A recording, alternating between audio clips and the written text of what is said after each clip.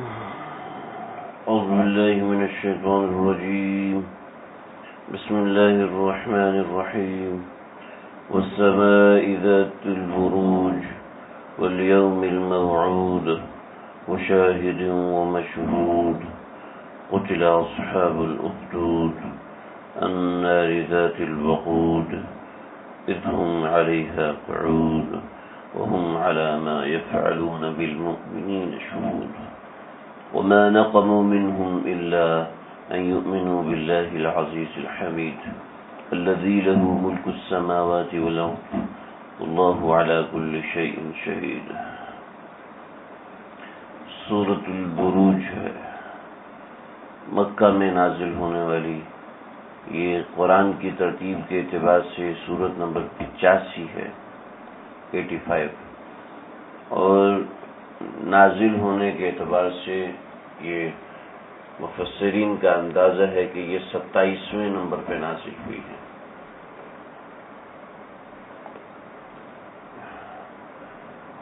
اس سے پہلے 26 صورتیں نازل ہو چکی تھیں اور یہ 27ویں صورت نازل ہوئی ہے. اس صورت کے اندر جو اللہ نے مضامین بیان کیے ہیں، بیشتر باتیں آپ حضرات سن چکے ہیں، اس لیے میں ان کا تکرار نہیں کروں گا، لیکن جو مضامین ہیں کچھ ایسی باتیں ہیں جن کو پیچھے سے جوڑنا ضروری ہے. جیسے کچھ واقعات ایسے ہیں جن کو میں نے ذکر کر دیا تھا کہ قومیں باعدہ ہیں، قومیں باعدہ ہیں، پھر عاربہ اور مستعربہ ہیں. عاربہ اور مستعربہ یہاں ذکر کرنا ضروری نہیں ہے، نہ ان کو سمجھانا ضروری ہے. قومیں باعدہ مطلب وہ قومیں جن کا ذکر ختم ہو چکا، جن کا وجود ہی نہیں رہا، ان کو کوئی جانتا ہی نہیں ہے. ہاں، کچھ خال لوگ کہتے ہیں کہ یہاں کچھ قصہ ہوا تھا، اس قصے کی حقیقت کسی کو نہیں پتہ ہوتی، اور اللہ قرآن میں اس قصے کی حقیقت بیان فرماتے ہیں کہ یہاں پر یہ قصہ ہوا تھا. تو ان قوموں کے قصص جو اللہ نے قرآن میں ذکر فرمائے، جیسے قوم عاد ہے اور قوم سمود ہے، اور جیسے فرعون ہے، جیسے کہ حامان اور شداد ہے، اور جیسے قوم لوط ہے، اور یہ ڈیڈ سی ہے، یہ سب چیزیں تو ان کے سامنے موجود تھیں، لیکن ان کا قصہ معلوم نہیں تھا. کچھ کہانت کی باتیں ہوا کرتی تھی جس میں کچھ چیزوں کا ذکر ہوا کرتا تھا، کچھ اسرائیلی چیزیں ہوتی تھیں جن کی کوئی تائید نہیں ہوا کرتی تھی. لیکن جب قرآن آیا تو قرآن نے ان سب چیزوں کو تفصیل کے ساتھ، کہیں اجمال کے ساتھ، کبھی کسی جگہ تفصیل، کبھی کسی جگہ کچھ تفصیل بیان فرمائی. ایسے ہی قرآن نے اس کو مختلف جگہوں پر مختلف طریقوں سے بیان فرمایا. ایسے ہی ان قصص میں سے ایک قصہ اس صورت کے اندر بھی ہے، ان واقعات میں سے ایک واقعہ اس صورت کے اندر بھی ہے جس کا آج ذکر ہوگا، جس کا خلاصہ اور مفہوم یہ ہے. اس صورت کا سبق جو ہے وہ یہ ہے کہ بات ذہن میں رکھ لیں کہ مسلمان کبھی اپنے ظاہری انجام کی وجہ سے فیصلہ نہیں کر پاتا. کہ کوئی آدمی امیر ہے تو وہ یہ سمجھے کہ جی میں تو کامیاب ہو گیا، کوئی آدمی غریب ہے تو وہ یہ سمجھے کہ میں ناکام ہو گیا، کوئی آدمی پریشان ہے تو وہ یہ سمجھے کہ میں ناکام ہو گیا، کوئی آدمی خوش ہے تو وہ یہ سمجھے کہ میں کامیاب ہو گیا. انسان کی کامیابی اور کامرانی کا مدار اس کی ظاہری خوشی پر نہیں ہے، اس کے مال و دولت کے ملنے پر نہیں ہے، بلکہ اس کی تمام خوشیوں کا مدار اللہ رب العزت کی ذات پر ہے. یہاں پر دیکھیں اللہ تعالیٰ نے جن لوگوں کا ذکر فرمایا ہے وہ کس طرح کے لوگ ہیں. وہ لوگ ہیں کہ جو مظلومین ہیں، اور جن لوگوں نے ظلم کیا ان کے لیے اللہ نے صیغہ استعمال کیا، ایسے استعمال کیا جیسے کہ نحوست ان لوگوں پر ہے جن لوگوں نے ظلم کیا. اللہ. تو میں کچھ چیزیں، کچھ ترجمہ مفہوم قرآن میں سمجھانے کے لیے، قرآن کی آیات کے ربط کے لیے عرض کروں گا. بھائی آپ اس لیے آئے ہو، آپ دونوں اس لیے آئے ہو، وہ توجہ سے بیٹھو گے نا قرآن مجید سمجھ میں آئے گا. ابھی تو آپ بچے ہو، آپ کو سمجھ میں نہیں آئے گا، لیکن توجہ سے بیٹھو گے تو آپ کو یہ باتیں ہمیشہ یاد رہے گی. ہم جب چھوٹے ہوتے تھے ہمارے ساتھ تو شرارتیں کرنے والے تو سارے باہر ہوتے تھے، اور ہمیں ہمارے خطیب صاحب جو تھے، مولانا خطیب مولانا ظہیر صاحب، بڑے اچھے لگتے تھے ہمیں. تو ہم وہ ان کے بیان سے پہلے ہی جا کے بیٹھ جاتے تھے. تو وہ بیان فرماتے تھے، باتیں سمجھ ہی نہیں آتی تھی، کچھ بھی سمجھ میں نہیں آتا. لیکن چپ کر کے سنتے رہتے تھے. جب مدرسے میں آئے تو تب وہ باتیں یاد آنا شروع ہوئیں، اور ایسی یاد آئیں کہ ہمیشہ کے لیے ذہن میں بیٹھ گئی. ایسے جو بچے جو ماں باپ اپنے بچوں کو درس قرآن میں لے کے آتے ہیں، درس حدیث میں لے کے آتے ہیں، یا اصلاحی بیانات میں لے کر آتے ہیں، یہ ان کے اندر بیج ڈل رہا ہے. بیج جب ڈل جاتا ہے تو اس کا پودا آہستہ آہستہ بڑا ہوتا ہے، اپنے وقت پر بڑا ہوتا ہے. یہ میں ایک جو بات عرض کی بیج ڈلنے والی، یہ میں کوئی معمولی بات نہیں ذکر کر رہا. آپ دیکھیں مشائخ بیعت کرتے ہیں، اور کچھ مشائخ کیا کرتے ہیں، کچھ مشائخ بیعت کرنے کے بعد سینے میں ایک جگہ پہ ہاتھ رکھ دیتے ہیں، پھر دوسری جگہ، پھر تیسری جگہ، پھر چوتھی جگہ، پھر پانچویں. کچھ صرف ایک جگہ پہ ہاتھ رکھتے ہیں، کچھ 7 مقامات پہ ہاتھ رکھتے ہیں. 7 مقامات پہ ہاتھ رکھنے کے بعد فرماتے ہیں آپ جاؤ. جب وہ چلا جاتا ہے سالک، اور شیخ کے ساتھ اس کا رابطہ خط و کتابت سے ہوتا ہے یا کسی اور ذریعے سے ہوتا ہے، تو پھر اس کو پتہ چلتا رہتا ہے اچھا میں نے شیخ سے بیعت کیا تھا، میں نے شیخ سے تعلق بنایا تھا، تو وہ ایک بیج ڈل گیا تھا، اور وہ بیعت کرنا اس کو تباہ نہیں ہونے دیتا. امام راضی رحمۃ اللہ علیہ سفر میں تھے تو ایک اللہ والے کی صحبت میں پہنچے، تو اس اللہ والے کی کرسی ان سے اوپر تھی، تو انہوں نے کہا یہ یقیناً کوئی بڑے ہوں گے، تو انہوں نے خلوت میں لے کر گیا، اور 5 گھنٹے امام راضی رحمۃ اللہ علیہ تفسیر کبیر کے مصنف، 5 گھنٹے ان کی صحبت میں رہے. 5 گھنٹے صحبت میں رہنے کے بعد ساری زندگی کہتے رہے مجھے تو پتہ نہیں انہوں نے کیا کیا، مجھے تو پتہ نہیں انہوں نے کیا کیا. لیکن جب انتقال کا موقع آیا تو اس وقت وہ بیج اٹھا. جب شیطان مقابلے میں آیا اور مقابلے میں آ کے کہنے لگا دلیل دے، انہوں نے ایک دی دلیل، اس نے توڑ دی، پھر دوسری دلیل توڑ دی، پھر تیسری دلیل توڑ دی، پھر چوتھی دلیل توڑ دی، 99 دلائل توڑ دی، ایک آخری دلیل بچی. تو شیخ نے توجہ ڈالی اور فرمایا راضی تو یہ کیوں نہیں کہتا کہ میں خدا کو بغیر دلیل کے مانتا ہوں. تو یہ بچپن میں جب آدمی دین کی بات اور اللہ کا نام سنتا ہے، ہو ہی نہیں سکتا کہ وہ ضائع ہو جائے. دیکھو انسان معصوم نہیں ہوتا، کبھی کسی سے کوئی گناہ سرزد ہو سکتا ہے، لیکن اگر کبھی کسی سے خدا نخواستہ کوئی گناہ سرزد ہوا ہے تو آپ مجھے بتائیں، آپ ذرا سوچیں کہ اس گناہ کا وسوسہ بعد میں نہیں آتا؟ بعد میں اس گناہ کا خیال نہیں آتا ہے. اس گناہ کا وسوسہ تنگ کرتا ہے، اس گناہ کا خیال انسان کو نماز میں بھی پریشان کرتا ہے، سوتے میں بھی پریشان کرتا ہے. جب ایک گناہ کا خیال انسان کو تنگ کرتا ہے تو نیکی میں بیٹھا ہوا، نیک مجلس میں بیٹھا ہوا وہ بیج انسان کے کام نہیں آئے گا.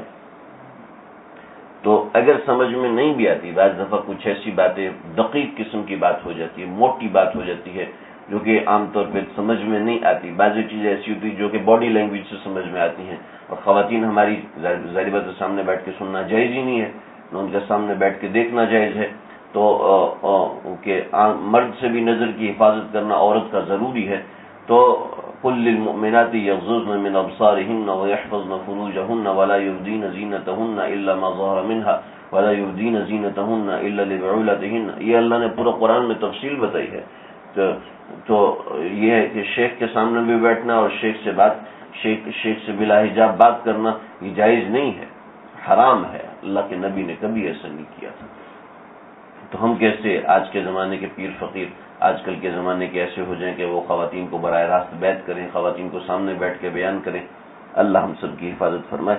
تو جیسے بہت سی باتیں سمجھ میں نہیں آتی، تو کوئی بات اگر سمجھ میں نہیں آتی تو کوئی بات نہیں، لیکن وہ بات انسان کی جب دل میں اتر جاتی تو کہیں نہ کہیں جا کے بات سمجھ میں آتی ہے. ہم نے مدرسے میں بے شمار چیزیں پڑھی اور بے شمار چیزیں ایسی تھیں جو کچھ سمجھ میں نہیں آئیں، اور بعد میں جا کے کبھی کسی نے سوال کیا تو تب وہ بات سمجھ میں آئی. جیسے میں اپنے ساتھیوں سے کہتا ہوتا ہوں، جیسے میرے ساتھ ساتھی سفر میں تھے نا، حج کے سفر میں، تو ان کے کئی سوالات سے وہ جوابات مجھے ذہن میں آئے. کئی سوالات سے میں کہتا ہوں، میں نے کہا جیسے فقیر کو چندہ چاہیے ہوتا ہے نا، پیسے چاہیے ہوتے ہیں، ایسے ہمیں اچھا سوال چاہیے ہوتا ہے. کوئی بندہ اچھا سوال کرے تو ہمیں وہ باتیں سمجھ میں آتی ہیں جو استاد جی نے فلاں مقام پر بولی تھی. اللہ، تو ایسے بہت سی باتیں اگر سمجھ میں نہ آئے تو کوئی بات نہیں. دین کی مجلس میں بیٹھ جانا، کسی دین کی مجلس میں جو صحبت ہو رہی ہے اس صحبت میں بیٹھ جانا بھی فائدے سے خالی نہیں ہوتا. اور یہ اتنا بڑا فائدہ ہے، اس کا نتیجہ دنیا میں پتہ چل ہی نہیں سکتا. یہ کرنسی ہے، اس کرنسی کی ویلیو یہاں پر پتہ نہیں چلے گی جب تک اس کرنسی کو ہم آگے نہیں لے کے جائیں گے. قیامت کے دن اس کرنسی کی ویلیو پتہ چلے گی. والسماء ذات البروج، مجھے قسم ہے آسمان کی، قسم ہے آسمان کی، ذات البروج جو کہ برجوں والا ہے. والیوم الموعود، اور اس دن کی قسم ہے کہ موعود جس کا میں نے وعدہ کیا، جس کا وعدہ کیا ہوا ہے، اس دن کی قسم، اور آج قیامت کا دن ہے. وشاہد، اور اس چیز کی قسم جو کہ حاضر ہے. ومشہود، اور اس چیز کی قسم جس کے سامنے حاضر ہیں. میں بتاتا ہوں. قتل اصحاب الاخدود، نحوست پڑی ان لوگوں پر جنہوں نے خندقیں کھودی. خندقیں کھودنے والوں پر نحوست پڑی، یا خندقیں کھودنے والوں پر خدا کی مار ہوئی. الناری، اور الناری ذات الوقود، اور ان کے اوپر مار، ان کے اوپر آگ کی مار ہے، ذات الوقود جو کہ شعلوں والی ہے. اذ ہم علیہا قعود، نہیں میں نے ترجمہ غلط کیا، اللہ معاف فرمائے. قتل اصحاب الاخدود، خدا کی مار ہے ان خندق والوں پر. الناری، اور اس آگ والوں پر، اس آگ والوں پر، ذات الوقود جو کہ ایندھن والی تھی، شعلوں والی آگ تھی. اذ ہم علیہا قعود، اور اس وقت ان کے اوپر خدا کی مار ہے، اس وقت ان کے اوپر خدا کی لعنت ہے.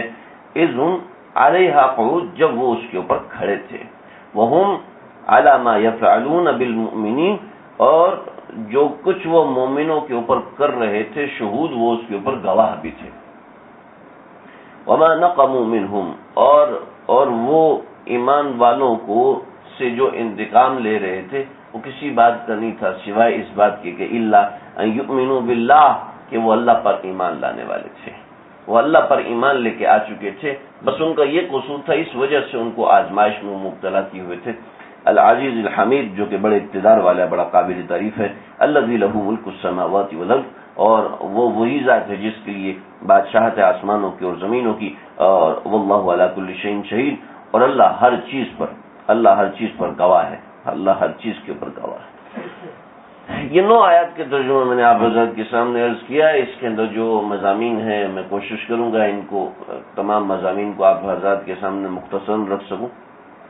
والسماء ذات البروج، یہ سورۃ البروج اس کا نام اس وجہ سے پڑا کہ اس میں جو لفظ بروج آیا ہے، اس وجہ سے اس کا نام سورہ بروج ہے. ورنہ دراصل اس سورت کا شان نزول کچھ اور ہے. شان نزول اس سورت کا ایک واقعہ بیان کرنا ہے جو اللہ کے نبی کی پیدائش کے 70 برس پہلے ہوا تھا. اور بعض حضرات نے کچھ اور تاریخ بتائی ہے، لیکن جو راجح قول ہے وہ یہ ہے کہ اللہ کے نبی کی پیدائش کے 70 برس پہلے یہ واقعہ ہوا تھا. حضرت عیسیٰ علیہ السلام کی امت کا یہ واقعہ ہے.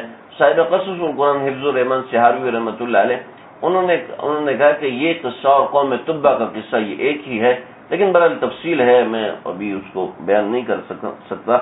فی الحال جو بنیادی بات ہے اس کو سمجھے.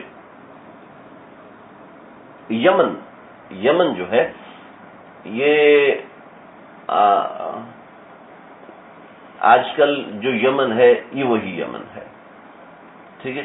اور آج کل کا جو یمن ہے یہ سعودی عرب میں ہے، ٹھیک ہے. یہ سمجھ لیں شام اور عراق اور سعودی عرب اس کے درمیان کا میں ایک علاقہ جو یمن کا ہے یہ وہی یمن ہے جہاں کا دارالحکومت صنعاء ہے، اور یہیں پر ابرہہ آیا تھا. تو یہ وہی یمن ہے جو مکہ مدینہ سے کچھ اوپر کے علاقوں میں پایا جاتا ہے. مجھے موقع ہوا تو اگلی مرتبہ انشاءاللہ میں اس کو ساری تفصیل کے ساتھ عرض کروں گا یہ کس موقع پہ پایا جاتا ہے تاکہ بات ازبر ہو جائے. یمن کے اندر یہ بادشاہ تھا جس کا نام تھا یوسف ذو نواس. یوسف ذو نواس جو بادشاہ تھا یہ اپنی مملکت کے اندر خدائی کا دعویٰ کرتا تھا.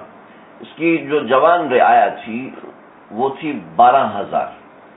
اور اس زمانے کے اندر ایسا ہوتا تھا کہ جو جس علاقے کا بادشاہ ہوا کرتا تھا وہ اپنی حکومت جماتا تھا، اور بادشاہوں کا مذہب بادشاہوں کا ہی مذہب ہوا کرتا، ساری ملک کا مذہب بادشاہوں کا مذہب ہوا کرتا تھا. چنانچہ مسلمانوں نے جو خط لکھے تھے، اللہ کے نبی نے جو خط لکھے تھے تمام کے تمام عمراء کو، تو وہ اسی وجہ سے لکھے تھے کہ حکمرانوں کا مذہب ساری ملت کے اوپر چلتا ہے. جیسے کہ آج آپ دیکھتے ہیں کہ حکمرانوں کا کچھ نہ کچھ اثر اپنی قوم کے اوپر لازمی ہوتا ہے. آپ دیکھیں کہ ہمارے ملک کا جو وزیر اعظم ہوتا ہے عام طور پر اس کا لباس قوم زیادہ پہننا پسند کرتی ہے. وزیر اعظم کا لباس زیادہ تر قوم اس کو استعمال کرتی ہے، شعوری طور پر یا لاشعوری طور پر. وہ جابر وزیر اعظم ہے یا پھر چنیدہ وزیر اعظم ہے، عام طور پہ یہ ہوتا ہے حکمران کا اثر اکثر قوم لیتی ہے. یہ ایک سمجھ لے طبعی بات ہے، ایک انسانی فطری بات ہے کہ جیسے بچے عام طور پر باپ سے انسپائر ہوتے ہیں، ان سے باپ سے متاثر ہوتے ہیں، وہ باپ کی نقل کرنے کی کوشش کرتے ہیں، ماں کی نقل کرنے کی کوشش زیادہ نہیں کرتے. عام طور پہ باپ کی نقل کرنے کی کوشش اس لیے کرتے ہیں کہ باپ گھر کا بڑا ہوتا ہے. یہ ایک طبعی بات ہے، عام طور پہ ہوتے ہیں. جہاں پہ اکثر عورتوں کی حکمرانی ہے اس کو کچھ نہیں کہہ سکتا. وہ ایک صاحب پولیس اسٹیشن گئے، کہنے لگے کہ بھائی آپ کو رپورٹ درج کرانی. کہ جی کرائی. کہا رپورٹ لکھیں میرے ہمسائے کی بیوی 4 دن سے اغوا ہے. یہ کیسی رپورٹ لکھوا ہے؟ ہمسائے کی بیوی اغوا، رپورٹ تم لکھوانے آئے ہو. کہ وہ 4 دن سے دعوتیں کھا رہے ہیں، مجھ سے ہضم نہیں ہو رہی ہے. 4 دن سے وہ دعوتیں کھا رہے، اس کے دوست آ کے بیٹھے گپ شپ لگائے تھے، مجھ سے تو ہضم نہیں ہو رہا. آپ یا تو اس کی بھی واپس لے گا یا میری بھی اغوا کرو. جہاں ایسا مزاج ہے میں تو اس کو نہیں کہہ سکتا، عمومی بات بتا رہا ہوں.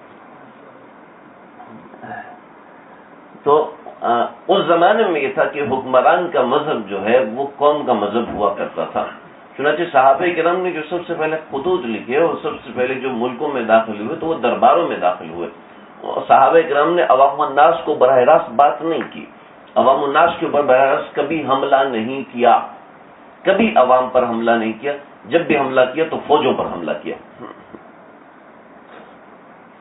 تو ذو نواس یوسف یہ ملک کا بادشاہ تھا، اور ذو نواس یوسف نے مذہب یہ رکھا ہوا تھا کہ پیدا کرنے والا خالق اور مالک ذو نواس یوسف ہے، اس کے علاوہ کسی نے پیدا نہیں کیا.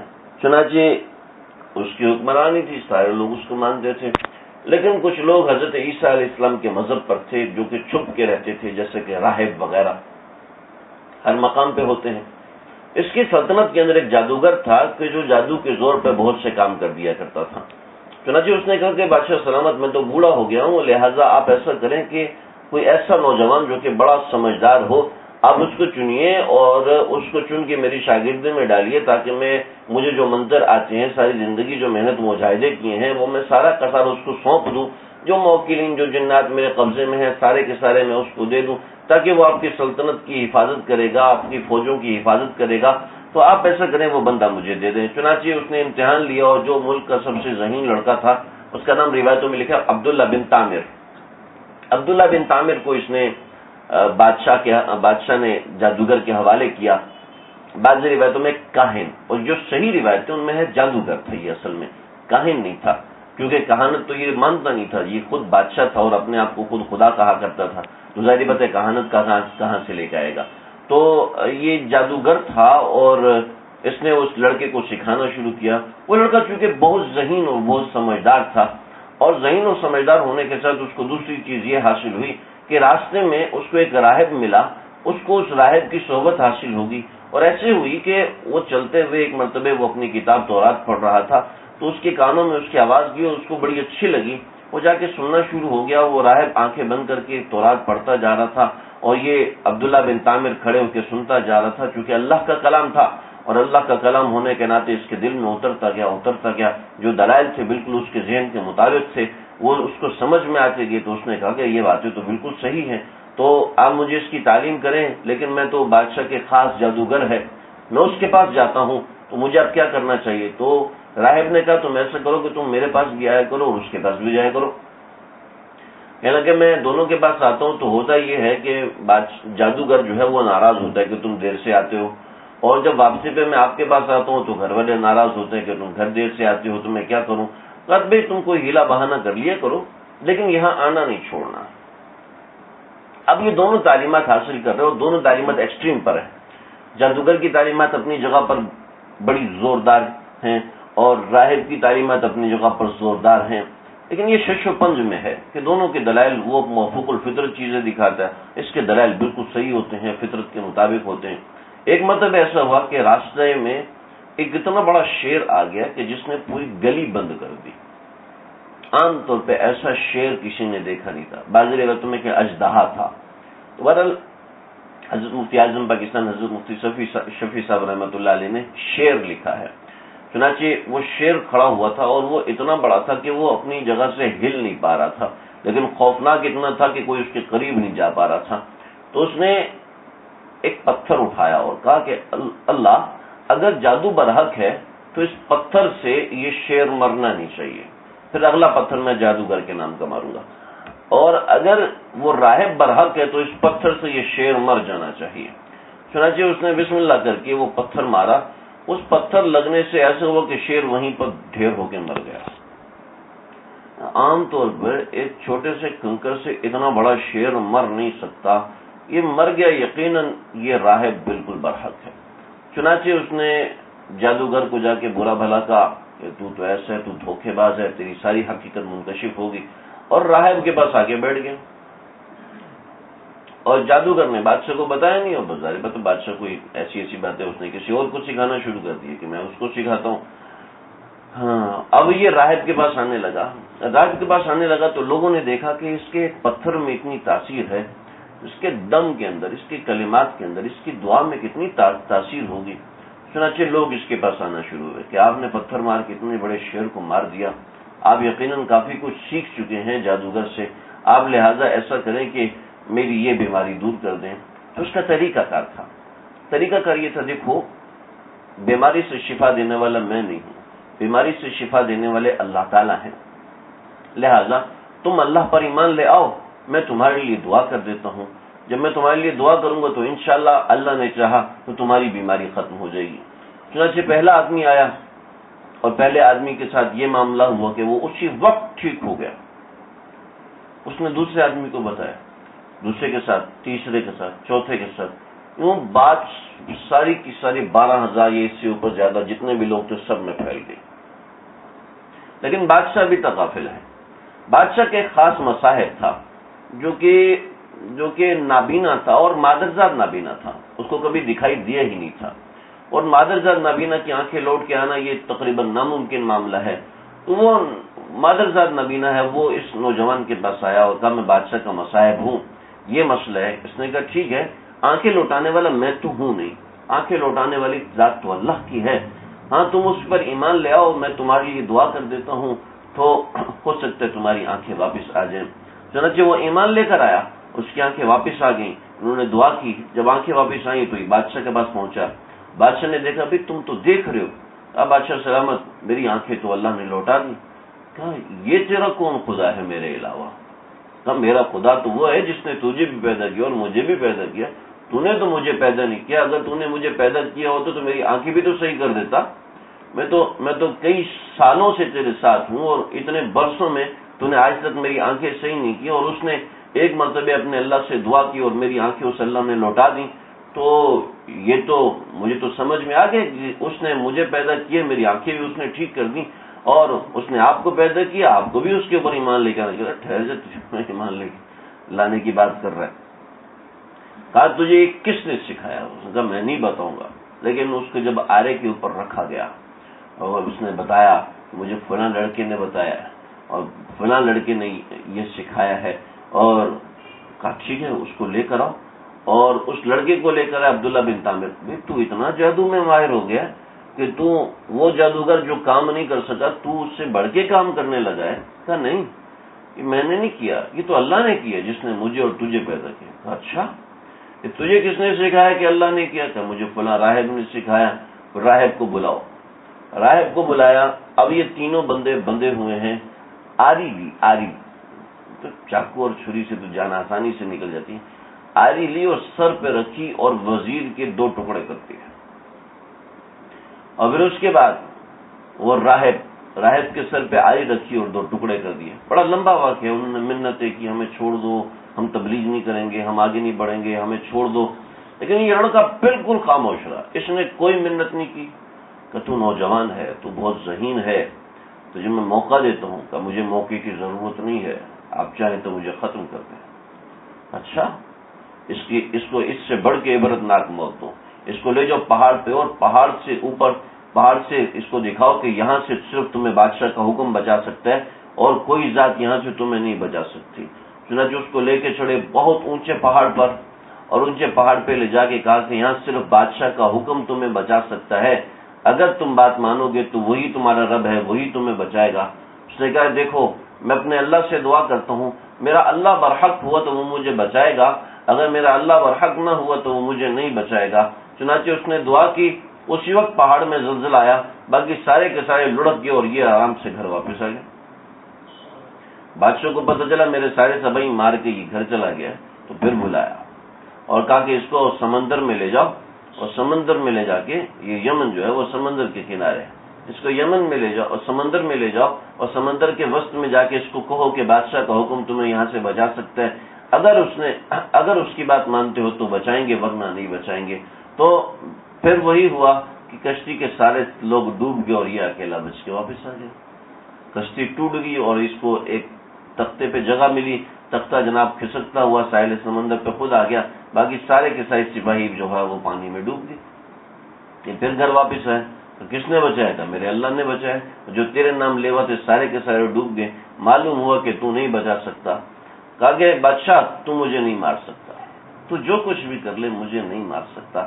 اب مجھے مارنے کا ایک طریقہ ہے، وہ یہ ہے کہ عید کا دن ہے، عید کے دن سب لوگوں کو اکٹھا کرو ایک میدان کے اندر، اور سب سے کہو کہ دیکھو اس نوجوان کو میں مار رہا ہوں، اور پھر میرے ہی ترکش میں سے ایک تیر نکالو، اور پھر اس تیر کے اوپر یہ پڑھو بسم رب ھذا الغلام، بسم رب ھذا الغلام۔ اس کا مطلب ہے کہ اس رب کے نام سے جو جس کے اوپر یہ غلام ایمان لے کر آیا ہوا ہے، اس اللہ کے نام سے میں تیر پھینکتا ہوں جس کے اوپر یہ لڑکا ایمان لے کر آیا ہے۔ چنانچہ اس نے اس کے ترکش سے تیر لیا اور وہ تیر چلایا جو کہ اس کی کنپٹی پہ لگا، اور کنپٹی پہ لگا اور اس نے کنپٹی پہ ہاتھ رکھا اور مسکراتے ہوئے زمین پہ بیٹھ گیا، یوں ان کی شہادت ہوئی۔ اور جب ادھر ادھر کے لوگوں نے دیکھا، صنعاء اور یمن کے لوگوں نے دیکھا، تو سارے کے سارے لوگ ایمان لے کر آ گئے کہ آمنت برب ھذا الغلام، ہم اس غلام کے پروردگار پر ایمان لے کر آئے۔ بادشاہ تو یہ سمجھ رہا تھا کہ یہ مر جائے گا، اس کی تبلیغ ختم ہو جائے گی، اس کی دعائیں ختم ہو جائیں گی، اس کی کرامتیں ختم ہو جائیں گی، تو سارا معاملہ ختم ہو جائے گا۔ کہا کہ یہ سارے کے سارے لوگ ایمان لے کر آ گئے، جو مجھے سجدہ کرتے تھے وہ سب سجدے سے انکاری ہو گئے۔ بادشاہ کو بہت غصہ آیا، اس نے کہا خندقیں بناؤ۔ چنانچہ خندقیں کھودی گئی، گڑھے کھودے گئے، ان میں آگ جلائی گئی، اور سارے ایمان والوں کو اس کے اندر دھکیل دیا گیا۔ اور ایمان والوں کو کیا دھکیلنا تھا، بلکہ ایمان والے خود ہی اس آگ میں کودتے چلے گئے کہ اللہ کا ایسا امر ہوا، ایسا معاملہ ہوا۔ روایتوں میں آتا ہے کہ صرف ایک عورت، ایک جوان عورت، اس کے گود میں اس کی چھوٹی سی بچی تھی جو کہ چند ماہ کی تھی، وہ جب آگے بڑھی، اس کو فوجی لے کے آگے بڑھے دھکا دینے کے لیے، تو وہ رکی اور جھج گئی، تو اس کی بیٹی کو اللہ نے زبان دی کہ اماں کیوں رک رہی ہے؟ آگ میں کودنے سے پہلے اللہ جان قبض کر لیں گے، ایک لمحہ ایک بال جلنے کی بھی تکلیف نہیں ہوگی، آگے بڑھ اور آگ میں کود جاؤ، اس آگ کے اندر اللہ نے ہمارے لیے گلزار رکھا ہوا ہے۔ اللہ، چنانچہ وہ آگ میں کود گئی۔ صرف ایک آدمی اس آگ کے اندر سے بچ کے نکلا، باقی سب کے سب 12,000 سے زائد لوگ اس دن آگ میں جلائے گئے۔ یہ اتنا بڑا ظلم ہوا ہے مسلمانوں کے اوپر، اور یہ صرف آج نہیں، آج بھی وہی ظلم ہو رہا ہے شام کے اندر اور افغانستان کے اندر اور کشمیر کے اندر اور چیچنیا بوسنیا کے اندر مسلمانوں کے ساتھ جو ظلم ہو رہا ہے، اور برما کے اندر مسلمانوں کے ساتھ ظلم ہو رہا ہے۔ آپ مجھ سے بہتر جانتے ہیں، ہم سے تو ایک دن کسی نے اخبار دکھا دیا تو 3 دن تک ہم اٹھ نہیں سکے، نہ نماز میں دل لگ رہا ہے، نہ کسی اور چیز میں دل لگ رہا ہے، ہم تو بہت کمزور ہو گئے ہیں۔ اللہ تعالیٰ ہم مسلمانوں کی حفاظت فرمائے۔ مسلمانوں کے ساتھ جو ظلم ہے وہ صرف آج کے دن میں ایسی داستانیں ہیں نا ہمارے پاس، ایسی داستانیں ہیں کہ یہ تو کافروں نے ظلم کیا نا، ہمارے مسلمانوں پہ ظلم کر رہے ہیں، دوسرے ملکوں کے حوالے کر دیتے ہیں اپنے مسلمان بھائیوں کو، اور نہ اس کی بیوی کو پتہ ہے، نہ اس کے بچوں کو پتہ ہے. وہ انتظار میں پس رہے ہیں اور ان کو پتہ ہی نہیں کہ باپ کس حالت میں ہے، شوہر کس حالت میں ہے، کہ زندگیاں تباہ ہو چکی ہیں، گھروں کے گھر ویران ہو چکے، اجڑ چکے. ایسا مسلمانوں پر ظلم ہوا ہے. یہی بتا رہے ہیں اللہ قرآن میں، یہی بتا رہے ہیں کہ محض ظلم کا ہونا یہ ناکامی کی دلیل نہیں ہے، محض کسی کا غالب آ جانا یہ ناکامی کی دلیل نہیں ہے. دیکھو ظلم تو ان مسلمانوں پہ، اور اللہ کہہ رہے ہیں قتل اصحاب الاخدود، اللہ کی مار ہے کہ مارے گئے وہ لوگ جو کہ خندق کھودنے والے ہیں. حالانکہ وہ تو مار رہے تھے. لفظی ترجمہ دیکھو، قتل مارے گئے، اصحاب الاخدود خندق والے. مارے تو دوسرے مسلمان گئے تھے، انہوں نے تو مارا تھا. اللہ فرمایا نہیں، مارے یہ لوگ گئے، یہ لوگ مارے گئے. ایک بات رہے کہ عبداللہ بن طامر کی قبر کھل گئی تھی.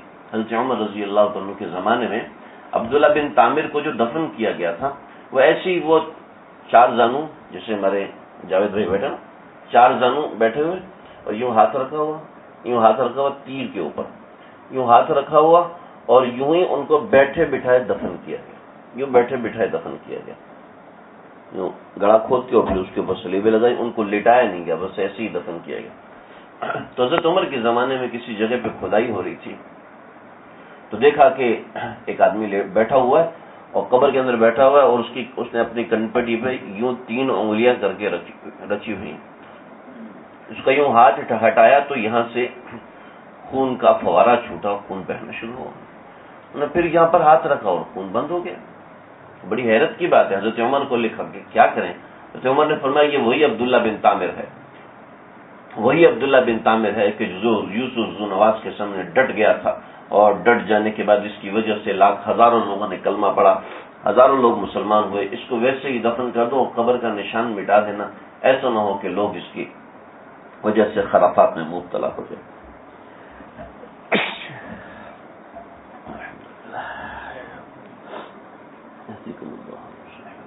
بسم اللہ الرحمن الرحیم. والسماء ذات البروج، اس صورت میں اللہ نے ان کا قصہ سنا، اور اس سے پہلے اللہ قصہ سنانے سے پہلے اپنے غصے کا اظہار ان قسموں کے ذریعے سے فرمایا. والسماء ذات البروج، مجھے قسم ہے آسمان کی جو کہ بروج والا ہے، برجوں والا ہے. برج کس کو کہتے ہیں؟ برج ستون کو کہتے ہیں، برج ستارے کو کہتے ہیں، برج محل کو کہتے ہیں، برج چلنے والی چیز کو کہتے ہیں. یہ برج کے کئی مطلب ہیں، کئی معنی ہیں. ستارے کو کہتے ہیں، محل کو کہتے ہیں، ستون کو کہتے ہیں، چلنے والی چیز کو کہتے ہیں. لیکن یہ سب کے سب ایک معنی میں جمع ہو سکتا ہے. آسمان کے نیچے فلاسفہ کہتے ہیں جی 12 برج ہیں، آسمان کے 12 حصے کر دیے جائیں اور سورج کی مختلف حرکات کے اعتبار سے وہ 12 برج بنتے ہیں. تو یہ بات غلط ہے، یہ بات ٹھیک نہیں ہے. برج دراصل ستاروں کو کہتے ہیں، اور ستارے جو ہیں وہ پورا مکان بھی ہوتے ہیں، محل بھی ہوتے ہیں، اور ستارے حرکت بھی کرتے رہتے ہیں، اور یہ آسمان کی زینت کا ذریعہ بھی ہوتے ہیں. چنانچہ سارے کے سارے معنی ستاروں کے اوپر جا کے جمع ہو جاتے ہیں. والسماء، اور آسمان کی قسم جو کہ ذات البروج، جو کہ ستاروں والا ہے. بعض ستارے ایسے ہیں جو کہ چلتے ہیں، اور ان کے چلنے کی رفتار زمین سے بھی زیادہ ہے. لیکن ان کا چلنا کیسے ہے؟ ان کا چلنا اپنے ایک مدار کے اوپر ہے. ایک جیسے زمین کا ایک مدار ہے، ایک راستہ متعین ہے، زمین اس مدار کے اوپر چل رہی ہوتی ہے. ایک جیسے ہم اس کو سمجھنے کے لیے ایک لکیر سے تعبیر کرتے ہیں، دراصل وہ کوئی لکیر خلاؤں میں لگی ہوئی نہیں ہے، بس وہ ہم نے سمجھنے کے لیے لگائی ہوئی ہے. جیسے نظام شمسی کی تصاویر آپ لوگ دیکھتے ہیں، اس نظام شمسی کے اندر یہ ہوتا ہے کہ ایک لائن بنائی ہوتی ہے کہ زمین اس لائن پر چلتی ہے. دراصل حقیقت میں وہ لائن نہیں ہوتی، حقیقت میں تو وہ ایک راستہ بتا رہے ہوتے ہیں کہ اس راستے کے اوپر زمین چل رہی ہوتی ہے، اور اس راستے کے اوپر ستارے چلتے ہیں. جو راستے اللہ نے ان ستاروں کے متعین کیے ہیں، انہی راستوں کے اوپر وہ ستارے چل رہے ہوتے ہیں. والسماء ذات البروج، تو برج اس ستارے کو کہتے ہیں جو ایک مخصوص راستے پر چل رہا ہوتا ہے. تو والسماء ذات البروج، قسم آسمان کی جو کہ ستاروں والا ہے، والیوم الموعود، اور قسم ہے اس دن کی جس کا وعدہ کیا ہوا ہے، یعنی قیامت کے دن کی قسم ہے کہ قیامت کے دن کا وعدہ اللہ نے ہر انسان سے کیا ہوا ہے۔ یہ مجھ سے تو نہیں کیا، ابھی مجھ سے بھی نہیں کیا، مجھ سے تو آج تک کسی نے وعدہ نہیں کیا آسمان سے کوئی فرشتہ اترو جی اللہ نے یہ وعدہ لیا اس کے نیچے دستخط کرو۔ دیکھو ایک وعدے کی قسم ہوتی ہے کوویننٹ ایکٹ، خاموش معاہدہ۔ خاموش معاہدہ مطلب کیا؟ کوئی آپ سے کہتا ہے آج کے بعد آپ نے نماز پڑھنی ہے تو قبلہ رو ہو کے پڑھنی ہے، پاگل ہو گیا، نماز تو پڑھتے ہی قبلہ رو، آج کے بعد کی کیا بات ہے؟ ہاں بھائی یہ تو انڈرسٹوڈ بات ہے، یہ تو یعنی کہ کسی کو کہنے کی ضرورت ہی نہیں ہے، یہ ایسی بات ہے۔ یہ وعدہ کرو گرمی میں پنکھا چلایا کرو گے، دماغ خراب ہے، یہ کون سا وعدہ؟ گرمی میں تو پنکھا چلاتے ہیں، آپ یہ ایسی بات کرو تو یہ اس کو کہتے ہیں کوویننٹ ایکٹ۔ آپ وعدہ کرو کہ آپ کراچی میں گاڑی اگر چلاؤ گے تو آپ اصولوں کے پابند ہو کے چلاؤ گے۔ بھائی لائسنس جب ہی ملتا ہے جب آپ اصولوں کے پابند ہو گے، پیلی لائٹ پہ تیار ہونا ہے، سبز لائٹ پہ چلنا ہے، سرخ لائٹ پہ رک جانا ہے، آپ اس کے اوپر جناب وعدہ کریں بھی، وعدہ کرنے کی کیا بات ہے؟ جب ہم نے شناختی کارڈ بنایا اس کا مطلب ہے ہم ان قوانین کو مانیں گے، جو ملک کی قوانین ہیں، جو ملک کی جائز قوانین ہیں ان کو ماننا واجب ہے، ان کی خلاف ورزی کرنا ناجائز اور گناہ کا کام ہے۔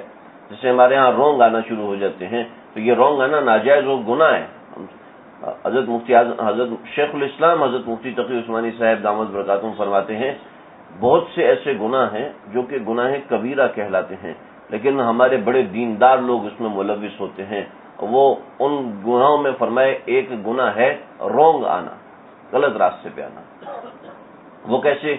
وہ ایسے کہ گناہ کی قسمیں ہوتی ہیں، بعض گناہ سری ہوتے ہیں، چھپ کے ہوتے ہیں، تو وہ کبیرہ ہونے کے باوجود تخفیف میں ہوتے ہیں، لیکن بعض گناہ اتنے بڑے نہیں ہوتے، لیکن وہ چونکہ علل اعلان ہو رہے ہوتے ہیں تو علل اعلان ہونے کی وجہ سے ان کی جو حد ہوتی ہے خطرناک ہو جاتی ہے، سزا خطرناک ہو جاتی ہے، اس لیے کہ ہمارے آقا صلی اللہ علیہ وسلم نے فرمایا کل امتی معافن الا المجاہرین، میری ساری کی ساری امت کو اللہ معاف فرما دیں گے، لیکن جو سرعام گناہ کرنے والا اس کو اللہ معاف نہیں کریں گے، سرعام گناہ کرنے والے کو معاف نہیں کریں گے۔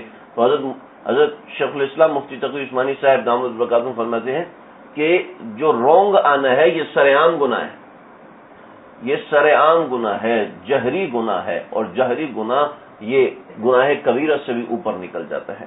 اللہ ہم سب کی حفاظت فرما۔ تو یہ ایک معاہدہ ہوتا ہے، خاموش معاہدہ ہوتا ہے کہ میں نے تو کہیں لکھ کے نہیں دیا کہ میں پاکستان کی سڑک پہ کبھی رونگ نہیں ہوگا، میں نے تو کبھی لکھ کے نہیں دیا، تو پولیس والا کیا کہے گا؟ سر تجھے میں بھی لکھواتا ہوں بیٹا، چاہتا ابھی تجھے لکھوا۔ والیوم الموعود، تو یوم موعود کا یہ مطلب ہے کہ اللہ نے وعدہ کیا ہوا ہے، اللہ نے وعدہ کر دیا، تم ہاں کرو یا نہ کرو تمہیں تو ماننا پڑے گا۔ اللہ نے وعدہ کیا ہے، اب آپ کو نبھانا پڑے گا چاہے کچھ بھی کرو۔ ہاں جد ذرا یہ کہہ دو کہ میں اللہ کا بندہ نہیں ہوں، آپ کے کہنے دینے سے اللہ کی بندگی سے نہیں نکل سکتے نا۔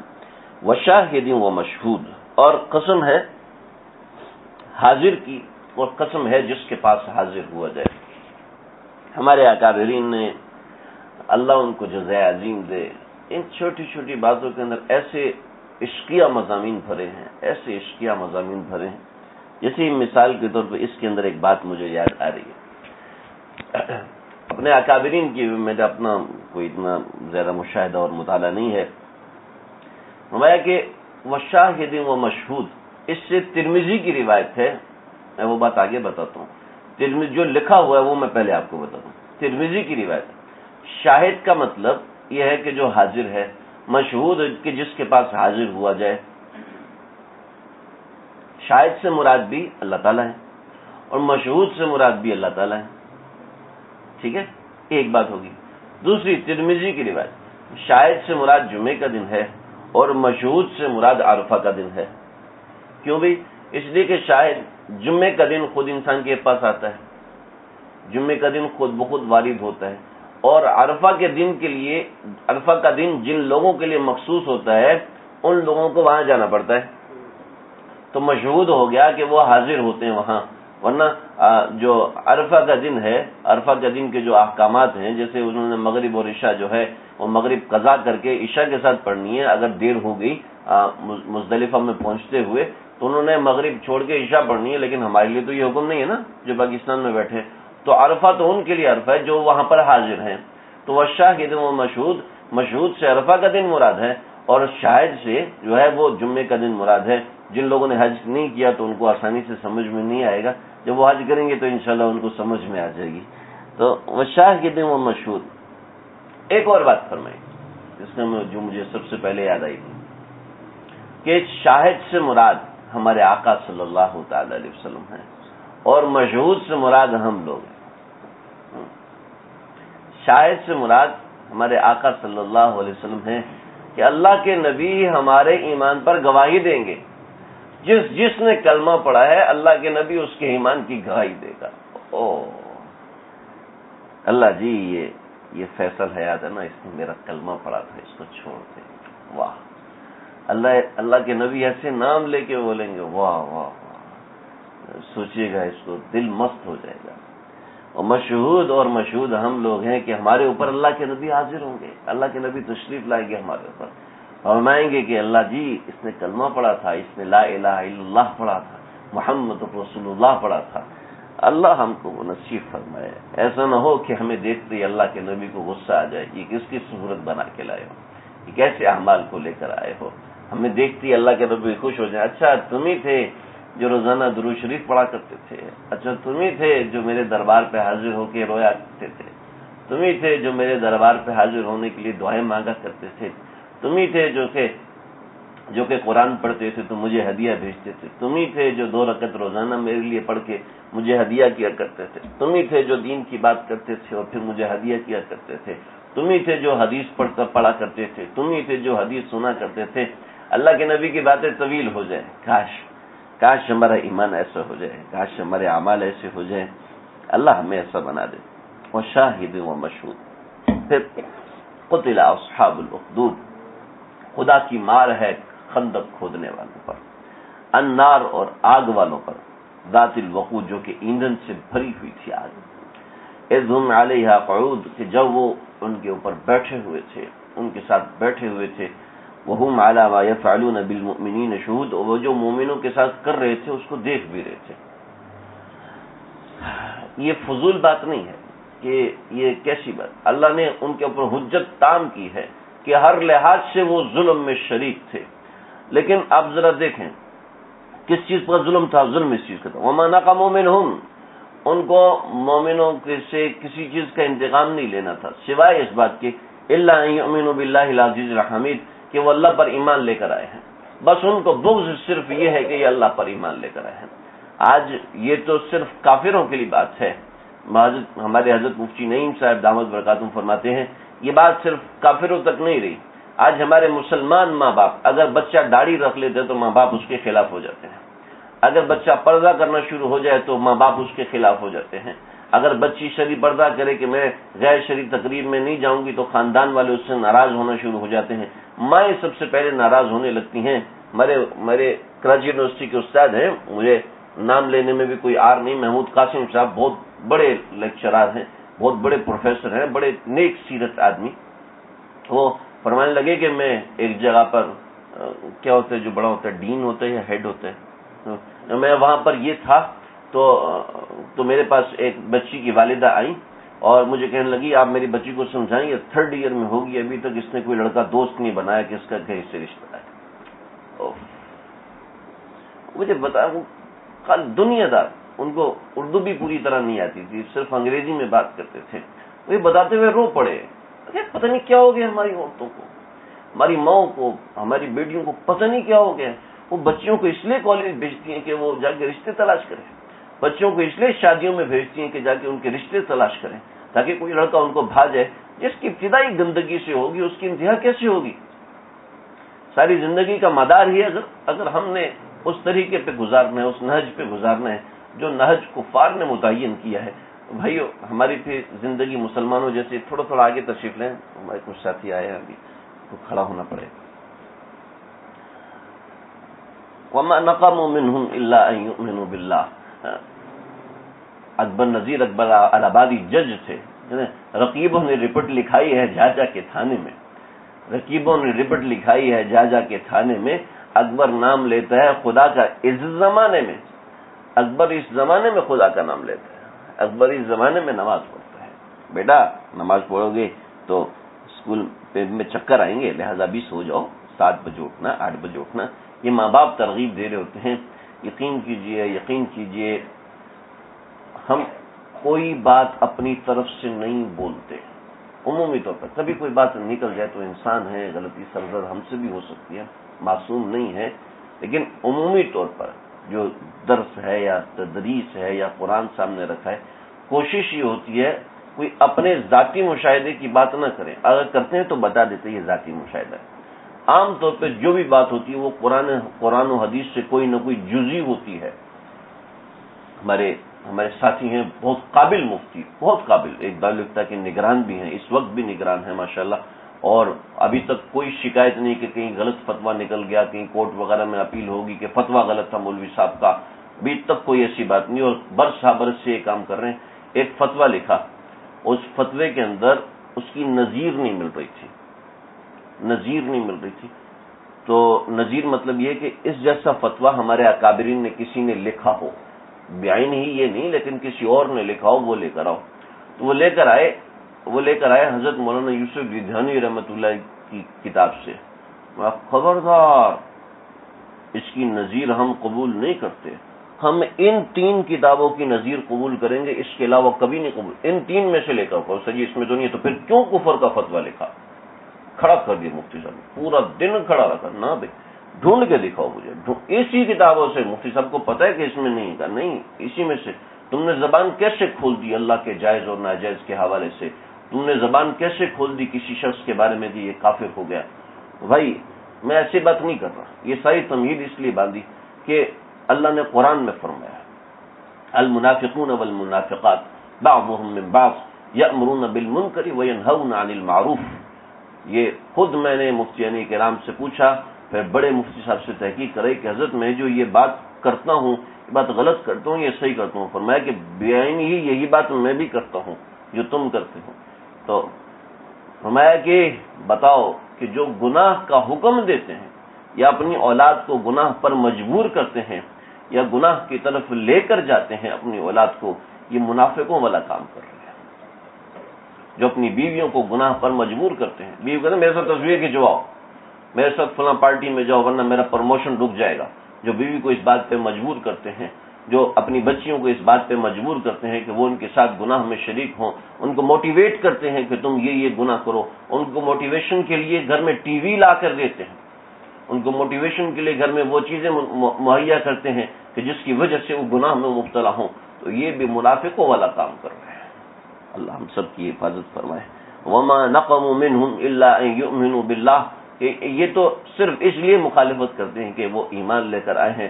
آج دیکھیں کوئی صرف دین کی وجہ سے مخالفت کر رہے ہیں، جو صرف دین کی وجہ سے مخالفت کر رہے ہیں، یہ کتنے لوگ ہیں؟ بے شمار لوگ بھرے ہوئے ہیں۔ ہم مسلمانوں کے اندر جو دین کی مخالفت کرتے ہیں، کبھی کسی بہانے سے کبھی کسی بہانے سے۔ الذی لہ ملک السماوات والارض، اور اس اللہ کے دین کے مخالفت میں جس کے لیے بادشاہت ہے ساری زمینوں کی، سارے آسمانوں کی، اسی کی بادشاہت ہے، اور ہم صرف ان چند وسائل کو حاصل کرنے کے لیے مخالفت کرتے ہیں۔ واللہ علی کل شیء شہید، تم یہ مت سمجھو کہ تم ایسے ہی کرتے رہو گے، اللہ گواہ ہے، اللہ تمہیں دیکھ رہا ہے جو تم کر رہے ہو۔ اللہ ہم سب کی حفاظت فرمائے۔ وآخر دعوانا ان الحمدللہ رب العالمین۔ کچھ آیات رہے گی انشاءاللہ۔ بسم اللہ الرحمن الرحیم۔ اللهم ربنا تقبل منا انك انت السميع العليم وتب علينا انك انت التواب الرحيم۔ اے اللہ اس قرآن کو سنا تو دیا ہے، عمل کرنے کی توفیق بھی دے دیجیے، عمل کرنے کی ہمت بھی دے دیجیے، ان آیات کو ہم سب کے دلوں میں اتار دیجیے۔ یہ جو لوگ اپنے اوقات میں سے وقت قرآن کے لیے نکال کے لائے ہیں، ان کے اوقات میں برکت نازل فرما دیجیے، ان کے اوقات میں وسعت نازل فرما دیجیے۔ اے اللہ آپ نے روزی کو قرآن کے ساتھ متعین کیا ہے، آپ نے وقت کو قرآن کے ساتھ جوڑا ہے، آپ نے معاملات کو قرآن کے ساتھ جوڑا ہے، آپ نے آسانیوں کو قرآن کے ساتھ جوڑا ہے، اے اللہ ہمارے اس بیٹھنے کو بھی آسانیوں کے ساتھ جوڑ دیجیے، ہمارے اس قرآن کی حاضری کو بھی رزق کی وسعتوں کے ساتھ کھول دیجیے، دماغ کی وسعتوں کو اس قرآن کے ساتھ کھول دیجیے، اس قرآن کے واسطے سے، اس قرآن کے تعلق سے ہمارے جملہ پریشانیوں کو دور فرما دیجیے، ہمارے مریضوں کو صحت کلی عطا فرمائیے، ہمارے جو لوگ گھروں میں ہسپتالوں میں بیمار ہیں اللہ سب کو صحت کلی عطا فرمائیے، ہمارے عاصف بھائی کو نرینہ صالح اولاد عطا فرمائیے، اے اللہ ہمارے خالد بھائی نے دعا کی درخواست کی ہے کہ سارے اسباب رک گئے، بہت زیادہ پریشان ہیں، اے اللہ ساری پریشانیوں کو محض اپنے فضل سے کھول دیجیے، اے اللہ تقویٰ کے ساتھ بھی تو آپ ہی کھولتے ہیں، تقویٰ کے بغیر بھی آپ ہی کھولتے ہیں، اے اللہ تمام پریشانیوں کے سے جو راستے بند ہیں اللہ جی ان کو کھول دیجیے، اللہ جی پریشانیوں کو راستے سے ہٹا دیجیے، جو آپ نے مقام میں لکھا ہے اے اللہ وہ پریشانیوں کے بقیت عطا فرما دیجیے، ہمارے نعمان بھائی کے بیٹے عبداللہ کو حسن کو صحت کلی عطا فرمائیے، صحت کاملہ عاجلہ مستمرہ عطا فرمائیے، اے اللہ جو لوگ بھی جن لوگوں نے بھی دعاؤں کا کہا ہے اللہ جی سب کی دعائیں سن لیجیے، سب کی دعائیں قبول فرما لیجیے، اے اللہ جو ہم نے تیرے مرد جلیل عبداللہ بن تعمیر کا قصہ سنا ہے اے اللہ ہمارے نوجوانوں کو بھی ان جیسی استقامت دیجیے، ہمیں بھی ان جیسی استقامت دیجیے، ہمیں بھی ویسا تعلق مع اللہ دیجیے، ہر وقت دل آپ کے ساتھ جوڑا رہے، اس میں آپ کی یاد رہے، آپ کی یاد کے قمقمے جلتے رہیں، آپ کی یاد کے نعرے دل سے بلند ہوتے رہیں، ہمارے کان اس کی آواز سنتے رہیں، آپ کے تعلق کی چاشنی ہمارے دل و دماغ میں رچ جائے، بس جائے۔ اللهم ربنا تقبل منا إنك أنت السميع العليم وتب علينا إنك أنت التواب الرحيم، وصلى الله تعالى على خير خلقه محمد وآله وصحبه أجمعين برحمتك يا أرحم الراحمين.